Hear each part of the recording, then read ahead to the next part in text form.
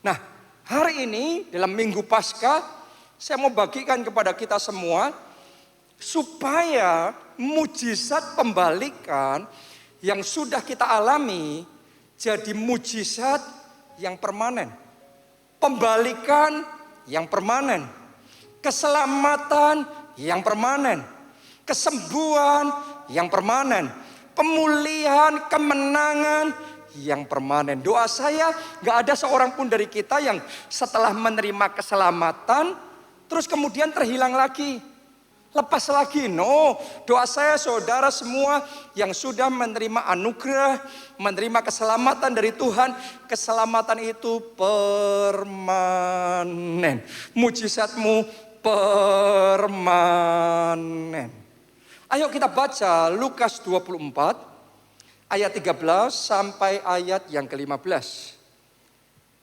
Pada hari itu juga 2 orang dari murid-murid Yesus pergi ke sebuah kampung bernama Emmaus yang terletak kira-kira 7 mil jauhnya dari Yerusalem. Dan mereka bercakap-cakap tentang segala sesuatu yang telah terjadi. Ketika mereka sedang bercakap-cakap dan bertukar pikiran, datanglah Yesus sendiri mendekati mereka, lalu berjalan bersama-sama dengan mereka. Nah, Anda harus mengerti bahwa 2 murid Yesus ini, mereka sedang ada dalam perjalanan menuju ke Emmaus. Pada waktu itu, karena Yesus disalibkan, iman mereka tergoncang. Jadi karena iman mereka tergoncang, itu sebabnya mereka sepertinya gak lagi percaya, gak lagi tertarik dengan apa yang Yesus pernah janjikan. Karena Yesus pernah ngomong dia akan disalibkan mati, tapi pada hari yang ketiga bangkit kembali. Herannya pada hari di mana seharusnya kebangkitan Yesus terjadi, bukannya mereka nunggu di situ, mereka malah pergi meninggalkan Yerusalem. Mereka pergi ke Emmaus. Kenapa? Karena kehidupan rohaninya ngalami kemunduran. Imannya tergoncang. Kalau enggak hati-hati, yang seperti ini bisa terhilang. Kalau enggak hati-hati, keselamatannya bisa terhilang. Itu sebabnya dalam kisah yang kita baca tadi, Tuhan Yesus datang kepada mereka.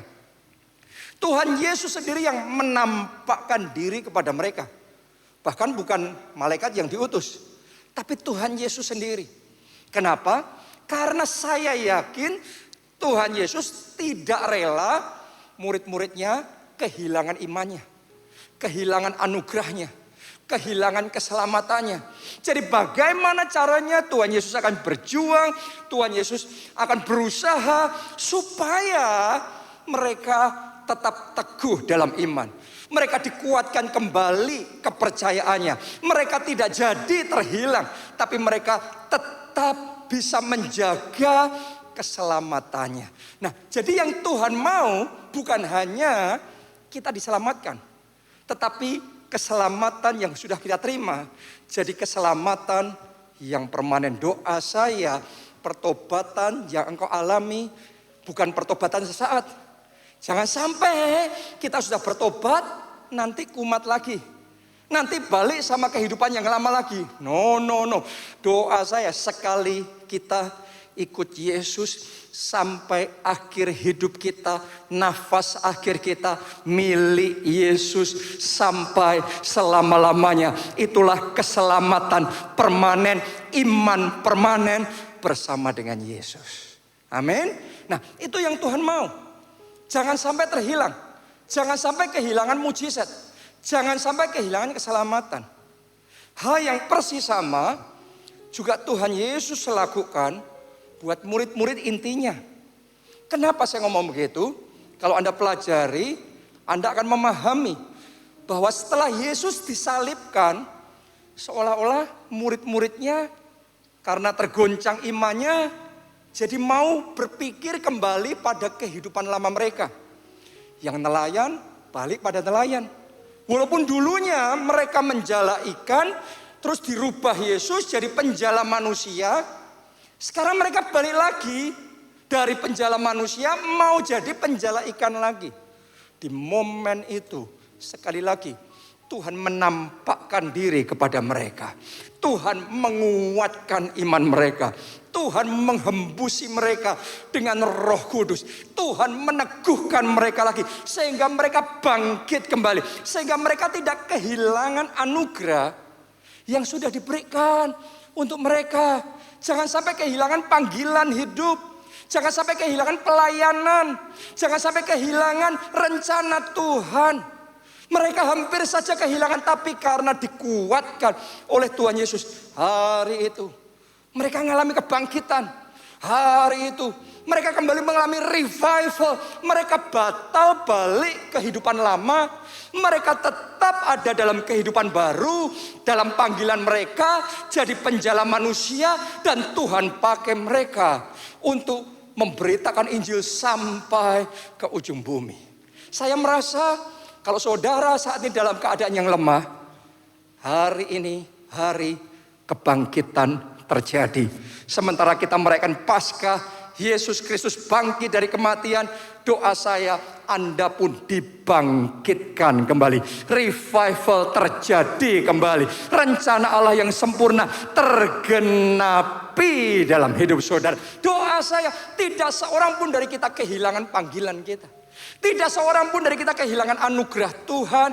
Tidak seorang pun kehilangan urapan Tuhan atas hidup kita. Kita semua bahkan hari demi hari bertumbuh dalam panggilan, dalam rencana Tuhan, dalam pengurapan Tuhan. Makin hari makin kuat, makin hari makin berbuah melalui hidup kita. Nama Tuhan dipermuliakan. Itu artinya mujizat kita permanen. Itu artinya keselamatan kita permanen, pertobatannya permanen. Enggak temporary, enggak sementara, tapi permanen. Dalam Alkitab Anda bisa melihat itu yang dialami oleh Saulus yang bertobat jadi Paulus. Awalnya murid-murid Yesus meragukan, benar enggak ya? Orang ini bertobatnya serius enggak ya? Jangan-jangan cuma pancingan untuk menjebak murid-murid Yesus. Tapi kemudian dalam perjalanan hidupnya, Saulus benar-benar membuktikan. Dia bertobat, bertobatnya sungguh-sungguh, bertobatnya konsisten. Benar-benar Saulus berubah jadi Paulus, seorang rasul yang dipakai oleh Tuhan, membawa Injil dikabarkan dari Yerusalem, Yudea, Samaria, sampai ke ujung bumi. Saya mau ngomong begini sama saudara, kalau engkau jaga imanmu permanen, kalau engkau jaga pertobatanmu permanen, maka dari waktu ke waktu Tuhan akan bawa saudara from glory to glory. Dari kemuliaan pada kemuliaan masuk ke level yang lebih besar. Terjadilah itu dalam hidup saudara. Oke? Kenapa penting sekali kita ngalami permanent blessing? Kenapa penting sekali kita ngalami mujizat yang permanen? Keselamatan pertobatan yang permanen. Sederhana. Karena kalau nggak dijaga, bisa-bisa apa yang sudah kita terima, kita lepaskan. Apa yang sudah Tuhan kasih sama kita, setelah beberapa saat hilang. Kenapa saya ngomong begitu? Karena gini, kalau sudah perhatikan ya, ada sebagian orang yang setelah bertobat, terus kembali pada kehidupan yang lama lagi. Ada satu artikel yang menulis, sebagian besar pemenang lotre akhirnya kembali jatuh miskin. Tadinya mereka nggak punya apa-apa, terus mereka menang lotre, wah jadi kaya raya mendadak. Tapi ternyata hanya sesaat saja, setelah itu balik jadi miskin kembali. Contoh nih, ada seorang namanya Billy Bob. Dia memenangkan lotre sebesar 31 juta US dollar tahun 1997. Itu besar sekali nilainya, apalagi zaman itu. Sekarang aja masih besar. Zaman itu luar biasa besarnya. Ya, dalam sekejap hidupnya berubah total. Tapi sayangnya itu hanya berlangsung 2 tahun. Mei 99 dia bukan hanya bangkrut, tapi akhirnya dia memutuskan bunuh diri, menembak kepalanya sendiri. Coba Anda renungkan, banyak sekali kisah yang seperti itu. Orang yang dibawa tiba-tiba mendadak menang lotre, naik ke atas, setelah itu turun kembali. Hari ini saya ajak saudara untuk ambil komitmen. Kalau saudara ikut Yesus, ikut Yesusnya seumur hidup saudara. Kalau engkau bertobat, bertobatnya permanen. Iman saudara, komitmenmu kepada Tuhan adalah iman permanen. Komitmen permanen. Amin. Kita baca Galatia 4 ayat yang ke-9.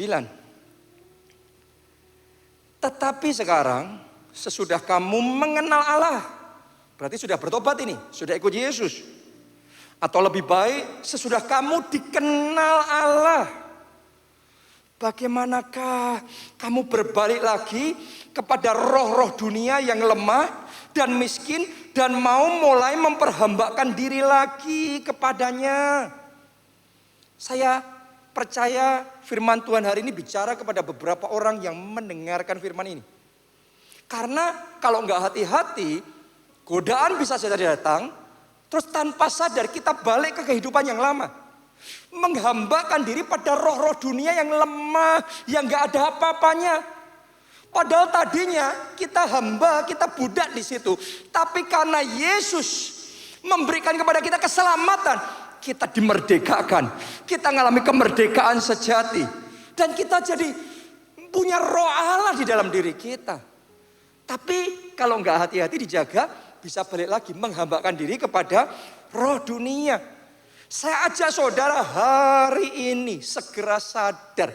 Hari ini ambil keputusan ikut Yesusnya permanen. Percayanya sama Tuhan permanen. Melayani Tuhannya permanen. Hidup dalam pertobatannya permanen. Kenapa? Karena kalau saudara komitmennya sama Tuhan permanen, Anda akan menikmati juga berkat-berkat Tuhannya permanen. Oke, mujizatmu juga permanen. Sukacita yang Tuhan berikan juga permanen. Kita baca Yesaya 60 ayatnya yang ke-15. Sebagai ganti keadaanmu dahulu, ketika engkau ditinggalkan, dibenci, dan tidak disinggahi seorang pun, sekarang aku akan membuat engkau menjadi kebanggaan abadi. Dan menjadi kegirangan turun-temurun. Kebanggaan abadi ini dalam bahasa Inggrisnya eternal excellency. Artinya kebanggaan yang eternal, yang abadi, yang permanen. Bukan cuma eternal excellency, tapi the joy of many generation. Jadi sukacita turun-temurun. Berarti sukacitanya permanen. Tangkap janji Tuhan ini. Pertama kali saya dapat terima ini adalah ketika Pak Ubaja berulang tahun. Ya, tahun yang kemarin. Waktu saya doa, Tuhan taruh ayat ini, saya sampaikan kepada Pak Ubaja. Karena saya percaya ini Tuhan mau kerjakan dalam hidup Pak Ubaja. Tapi herannya saudaraku, waktu ibadah tutup tahun 2021, kemudian pindah ke 2022, rema yang sama Tuhan munculkan lagi. Dan kali ini Tuhan mau kasihnya bukan hanya buat Pak Ubaja, tapi buat kita semua, seluruh jemaat keluarga Allah. Tapi mungkin pada waktu itu yang dengar baru sebagian, yang dengar baru sedikit. Jadi hari ini saya yakin tidak kebetulan Roh Kudus taruh di hati saya membagikan rema yang sama kembali, dan tangkap ini dengan sungguh-sungguh. Tuhan akan menjadikan engkau eternal excellency and the joy of many generation. Tuhan akan menjadikan saudara kebanggaan abadi, kebanggaan permanen, dan sukacita turun-temurun. Sukacita permanen Tuhan kerjakan dalam hidup saudara. Haleluya, tangkap rema ini dan jadilah dalam hidupmu, jadilah dalam keluargamu, jadilah atas gereja kita, yaitu eternal excellency and the joy of many generation. Nah sekarang Saya mau bagikan sama saudara 4 kunci ngalami kebanggaan abadi dan sukacita turun-temurun itu. 4 kunci ngalami mujizat yang permanen, berkat yang permanen itu. Yang pertama, isi hidupmu dengan firman Tuhan secara permanen. Ya, dari pihak kita ada bagian yang harus kita lakukan. Kita harus isi diri kita dengan firman Tuhan secara permanen. Kita baca Matius 12 ayat 43 sampai 45. Apabila roh jahat keluar dari manusia, ia pun mengembara ke tempat-tempat yang tandus mencari perhentian. Tetapi ia tidak mendapatnya. Lalu ia berkata, aku akan kembali ke rumah yang telah kutinggalkan itu. Maka pergilah ia, mendapati rumah itu kosong, bersih tersapu, dan rapi teratur. Lalu ia keluar dan mengajak 7 roh lain yang lebih jahat daripadanya. Dan mereka masuk dan berdiam di situ. Maka akhirnya keadaan orang itu lebih buruk daripada keadaannya semula. Demikian juga akan berlaku atas angkatan yang jahat ini. Saudara harus ngerti, yang ngomong ini Tuhan Yesus sendiri. Dan Tuhan Yesus memberitahu kalau seseorang ya dilepaskan dari roh jahat, setan itu diusir terus dia keluar. Tapi orang tersebut yang sudah bebas tidak mengisi dirinya dengan roh Allah, dengan firman Allah. Jadi dalamnya kosong. Maka tinggal tunggu waktu. Roh jahat itu akan balik bawa roh jahat yang lain 7 kali lebih jahat merasuki orang itu sehingga keadaannya lebih buruk. Jadi kelepasan yang dia alami nggak permanen. Kenapa? Karena tidak diisi dengan firman Tuhan secara permanen. Hari ini saya mau ngomong sama saudara. Kalau Anda mengalami kelepasan, kalau Anda mengalami mujizat, kalau Anda mengalami keselamatan, Anda mau mengalami berkat Tuhan, penggenapan rencana Tuhan, pastikan isi diri saudara dengan firman Tuhan secara permanen. Alkitab ngomong berbahagialah orang yang kesukaannya ialah Taurat Tuhan, firman Tuhan, dan yang merenungkannya siang dan malam. Siang dan malam. Apa saja yang diperbuatnya berhasil. Berhasilnya bukan cuma sesaat, tapi berhasilnya permanen. Jadi saya tantang saudara, ambil komitmen tiap hari, isi diri dengan firman Allah secara permanen. Maka nikmatilah kelepasan permanen, mujizat permanen, sukacita permanen, jawaban doa permanen terjadi dalam hidup saudara. Itu yang pertama. Yang kedua sekarang, bagaimana kita mengalami mujizat secara permanen? Yang kedua, bangun kehidupan doa yang kuat secara permanen juga. Karena doa itu kunci. Kalau saudara mau mengalami mujizat, saudara harus berdoa. Tapi kalau saudara mau mujizatmu permanen, berdoanya juga mesti permanen. Berdoanya mesti tuntas. Kita baca ya, Keluaran 17 ayatnya yang ke-10 sampai ayat 11. Lalu Yosua melakukan seperti yang dikatakan Musa kepadanya dan berperang melawan orang Amalek. Tetapi Musa, Harun dan Hur telah naik ke puncak bukit. Untuk apa? Berdoa. Ayat 11 ya. Dan terjadilah apabila Musa mengangkat tangannya, lebih kuatlah Israel. Tetapi apabila ia menurunkan tangannya, lebih kuatlah Amalek. Sampai di situ pembacaan kita. Jadi ternyata menang tidaknya Yosua dan bangsa Israel ditentukan apakah Musa angkat tongkatnya berdoa, atau dia turunkan tongkat doanya. Kalau dia angkat tongkat doanya, maka Yosua menang angin. Tapi saudara harus ngerti, begitu capek doanya, tongkatnya Musa turun, Yosua terdesak, Yosua kalah. Jadi untuk Yosua dan bangsa Israel mengalami kemenangan total, Musa harus angkat tongkat doanya terus menerus secara permanen. Sampai bukan hanya menang sesaat, tapi sampai kemenangan permanen tuntas terjadi. Kesalahan banyak orang Kristen ketika berdoa dan mulai melihat sesuatu sudah terjadi, maka berhenti berdoa. No. Hari ini firman Tuhan bicara sama saudara, angkat tongkat doamu, tetap berdoa, terus berdoa sampai kemenangan permanen, mujizat permanen terjadi dalam hidup saudara. Amin. Hal yang sama, prinsip yang sama Tuhan ajarkan juga sama Yosua. Karena Yosua sudah belajar dari Musa ya. Sekarang juga sama. Kita baca Yosua 8 ayat 18 terus lompat ayat 26. Ditulis begini. Lalu berfirmanlah Tuhan kepada Yosua, acungkanlah lembing yang ada di tanganmu ke arah Ai. Anda harus ngerti, mereka ini sedang perang melawan Ai. Peperangan pertama kalah gara-gara mereka tidak mengandalkan Tuhan. Sekarang peperangan kedua dan Tuhan ngajarin gimana mengalahkan Ai. Harus mengacungkan lembing yang ada di tangannya. Sebab aku menyerahkan kota itu ke dalam tanganmu. Maka Yosua mengacungkan lembing yang di tangannya ke arah kota itu. Lompat ayat 26, baca.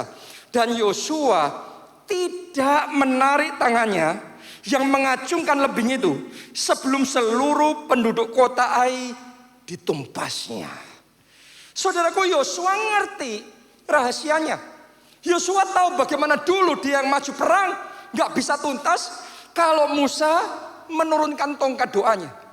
Sekarang Tuhan mengangkat Yosua jadi pemimpin. Jadi Tuhan ngajarin Yosua untuk punya stamina dalam berdoa. Disuruh ngangkat lembing yang di tangannya. Terus bangsa Israel perang. Dan Yosua gak boleh turunkan lembingnya itu sebelum kemenangannya tuntas. Kemenangannya permanen. Hari ini saya berdoa kesembuhan tuntas terjadi. Pemulihan total. Pemulihan keluarga permanen terjadi atas hidup saudara. Terobosan tuntas Anda alami di dalam hidup saudara. Mujizat permanen Anda alami dalam hidup saudara. Karena itu belajar konsisten berdoa. Belajar kuat di dalam doa. Belajar doanya permanen.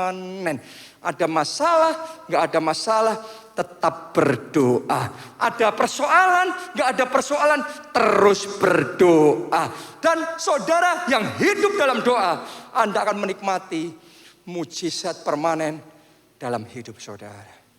Saya perhatikan kegerakan yang hebat yang terjadi di Korea pada masa lalu. Itu munculnya karena ada kegerakan doa yang besar sekali. Jadi bangkit pahlawan-pahlawan doa dan satu gelombang doa yang luar biasa sehingga orang-orang Kristen di Korea zaman itu berdoanya powerful sekali. Wow, itu dahsyat sekali. Kalau Anda menyaksikan orang Korea berdoa, Anda bisa merinding. Itu mereka powerful sekali. Karena itu terobosan terjadi. Revival terjadi. Dan zaman itu gereja-gereja terbesar di dunia adanya di Korea. Dan Korea jadi bangsa yang makmur, diberkatinya luar biasa. Sayangnya setelah diberkati, mereka sudah makmur nih. Sudah enak ini. Mereka berhenti berdoa. Tadinya banyak di gunung doa. Banyak di bukit doa. Sekarang banyak pengusaha-pengusahanya sukanya di lapangan golf. Main golf. Tadinya banyak doanya, sekarang banyak main golfnya. Saudaraku, berapa banyak kemunduran dalam kegerakan doa terjadi di sana. Akibatnya kegerakan juga berhenti. Kekristenan mengalami kemunduran. Saya mau ngomong begini sama saudara. Tidak ada pengganti untuk doa. Kita harus bangkit di dalam doa. Kalau kita mau revival yang Tuhan kerjakan di Indonesia terus terjadi. Bahkan lebih besar lagi. Saya tantang saudara semua. bangkit di dalam doa. Ayo jadi pahlawan doa. Doanya konsisten, doanya permanen, maka revivalnya juga permanen. Amin. Itu yang kedua. Sekarang yang ketiga. Hidup dalam kekudusan yang permanen. Anda harus ngerti bahwa yang namanya kekudusan itu akan dipakai oleh Tuhan untuk mensustain mujizatmu. Orang bisa kehilangan mujizatnya gara-gara tidak menjaga kekudusannya. Yes. Coba Anda belajar dari Simpson. Simpson ini, saudaraku, orang yang luar biasa. Sejak kecil dia sudah diserahkan sama Tuhan. Dia hidup dalam pengurapan Allah yang besar. Dikasih kekuatan Allah yang luar biasa. Dan dia mengalahkan musuh-musuhnya, lawan-lawannya orang Filistin dengan mudahnya. Kenapa? Karena ada urapan Tuhan yang besar. Sayangnya Simpson gak jaga kekudusannya. Dia main-main sama dosa. Dia banyak main-main perempuan. Akhirnya jatuh dalam dosa perzinahan. Akhirnya Simpson kehilangan kekuatannya. Dan karena itu dia ditangkap oleh musuh-musuhnya. Tadinya mengalahkan musuh, sekarang dikalahkan oleh musuh. Tadinya mempermalukan musuh, sekarang dipermalukan oleh musuh. Jadi bahan olok-olokan. Kenapa? Karena tidak menjaga kekudusan. Anda mungkin ngomong, itu kan di perjanjian lama, Pak. Ya kan kita hidup di perjanjian baru, zaman anugerah. Oke, benar kita hidup di zaman anugerah. Haleluya. Mari kita lihat apa petunjuk yang disampaikan Tuhan Yesus di zaman anugerah ini. Yohanes 5 ayatnya yang ke-14. Kemudian Yesus bertemu dengan dia dalam bait Allah, lalu berkata kepadanya, engkau telah sembuh. Berarti tadinya sakit. Sekarang Yesus ngomong engkau telah sembuh. Ini pesannya ya buat Anda yang sudah menerima mujizat. Jangan berbuat dosa lagi. Supaya padamu jangan terjadi yang lebih buruk. Coba Anda renungkan. Tuhan Yesus yang ngomong. Orang yang sudah sembuh, orang yang sudah mengalami kelepasan, orang yang sudah diselamatkan, orang yang sudah terima mujizat. Pesannya jangan berbuat dosa lagi. Artinya jaga kekudusan. Kenapa? Karena kalau kita nggak jaga kekudusan, yang lebih buruk dari dulu bisa terjadi lagi dalam hidup kita. Tahukah saudara, kekudusan itu yang mensustain mujizat kita. Hidup dalam kekudusan itu yang menjaga perkenanan Tuhan dalam hidupmu. Itu yang menjaga anugerah Tuhan, kasih karunia Tuhan terus terjaga, terus terpelihara dalam hidup saudara. Karena itu hiduplah dalam kekudusan. Yang satu ini saya banyak belajar dari Pastor I.E. Adeboye. Hamba Tuhan yang luar biasa. Ya, kalau seandainya ada satu message yang paling spesial dari hidup hamba Tuhan ini adalah rema kekudusan. Lebih dari yang lain-lainnya.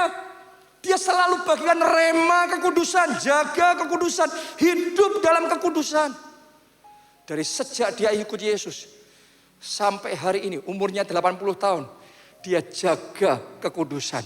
Dia tidak tercemar, bahkan makin lama dia makin hidup di dalam kekudusan. Itu sebabnya gak ada peluang untuk iblis masuk dan menjatuhkan dia. Gak bisa, semuanya tertutup celahnya. Dia aman. Dan Tuhan terus bawa dia from glory to glory dalam kemuliaan yang semakin besar. Sebaliknya, hamba-hamba Tuhan yang kelihatannya hebat tapi nggak jaga kekudusan, sekarang berkibar, tinggal tunggu waktu, nanti jatuh. Kalau kita mau dibawa Tuhan, terus dari satu level ke level berikutnya, terus ngalami kemuliaan besar, dan kita mau finish well, finish strong. Ini pesan firman Tuhan hari ini, jaga kekudusan permanen. Amin. Itu yang ketiga. Sekarang yang terakhir, yang keempat. Yang keempat adalah ketaatan dan kesetiaan yang permanen. Saudara harus ngerti, kalau kita mau mengalami mujizat permanen, kita harus hidup dalam ketaatan dan kesetiaan yang permanen. Kita baca dulu 1 Samuel 15 ayat yang ke-11a. Ini Tuhan ngomong sesuatu tentang Saul. Awalnya Tuhan yang milih Saul, anak muda yang biasa saja. Tuhan pilih, Tuhan angkat, Tuhan urapi dia jadi raja. Jadi yang milih Saul itu bukan manusia. Tuhan sendiri yang memilih dan mengangkat Saul jadi raja. Tapi setelah itu, ini yang Tuhan katakan, 1 Samuel 15 ayat 11a. Aku menyesal karena aku telah menjadikan Saul raja. Sebab ia telah berbalik daripada aku dan tidak melaksanakan firman-Ku. Coba Anda renungkan ini. Saul orang pilihan Allah. Saul yang ngangkat Tuhan sendiri.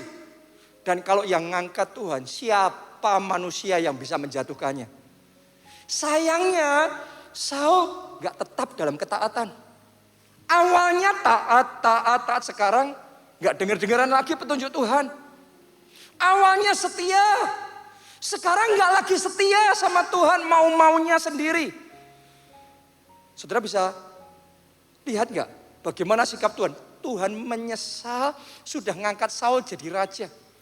Saya berdoa Tuhan tidak pernah menyesal memberkati saudara. Tuhan tidak pernah menyesal mengangkat hidup saudara. Saya berdoa kalau Tuhan mengangkat Anda, Tuhan terus mengokohkan saudara. Mujizatmu permanen, berkatmu permanen. Sekali saudara diangkat Tuhan, terus Anda dipelihara, ditopang oleh Tuhan. Itu sebabnya hidup dalam ketaatan. Hiduplah di dalam kesetiaan. Belajar dari Tuhan Yesus. Tuhan Yesus itu anak Allah. Tapi Alkitab mencatat sebagai anak, ia belajar untuk taat. Ia belajar untuk setia. Bahkan setia sampai mati di kayu salib. Secara daging, dia sempat ngomong sama Bapak, kalau bisa cawan ini lalu daripadaku. Kalau bisa aku gak perlu melalui semuanya itu manusianya. Tapi setelah itu dia ngomong, namun bukan kehendakku, kehendakmu yang jadi. Aku tetap taat, aku tetap setia pada kehendak Tuhan. Hari ini saudara datang sama Tuhan, sampaikan perkataan yang sama. Tuhan, bukan kehendakku, kehendakmu yang jadi. Sampai selamanya aku mau tetap taat, aku mau setia sama Tuhan. Saya mau ngomong begini sama saudara.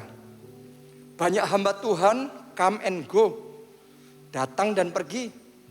Banyak pendeta-pendeta hebat yang rise and fall, bangkit tapi setelah itu jatuh lagi. Tapi kalau saudara perhatikan, Bapak rohani kita, gembala senior kita Pak Obaja, dari sejak awal melayani sampai sekarang, Tuhan jaga hidupnya, terus Tuhan topang, terus Tuhan bawa naik dan tidak turun, dibawa dari satu kemuliaan pada kemuliaan yang semakin besar. Apa yang membedakan? Apa rahasianya? Sebenarnya simpel. Rahasianya Pak Obaja jaga hati. Itu kunci. Talenta boleh hebat, kalau nggak bisa jaga hati, tunggu waktu aja, jatuh. Hari ini saya ajak saudara belajar teladan Pak Obaja. Jangan menyimpang ke kanan, jangan menyimpang ke kiri.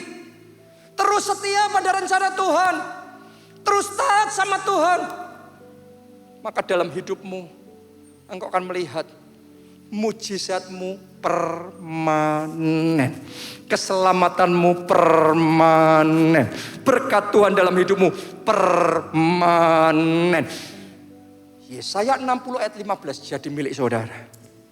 Jadi milik saudara, jadi kebanggaan abadi, eternal excellency. Dan sukacita turun-temurun. The joy of many generations.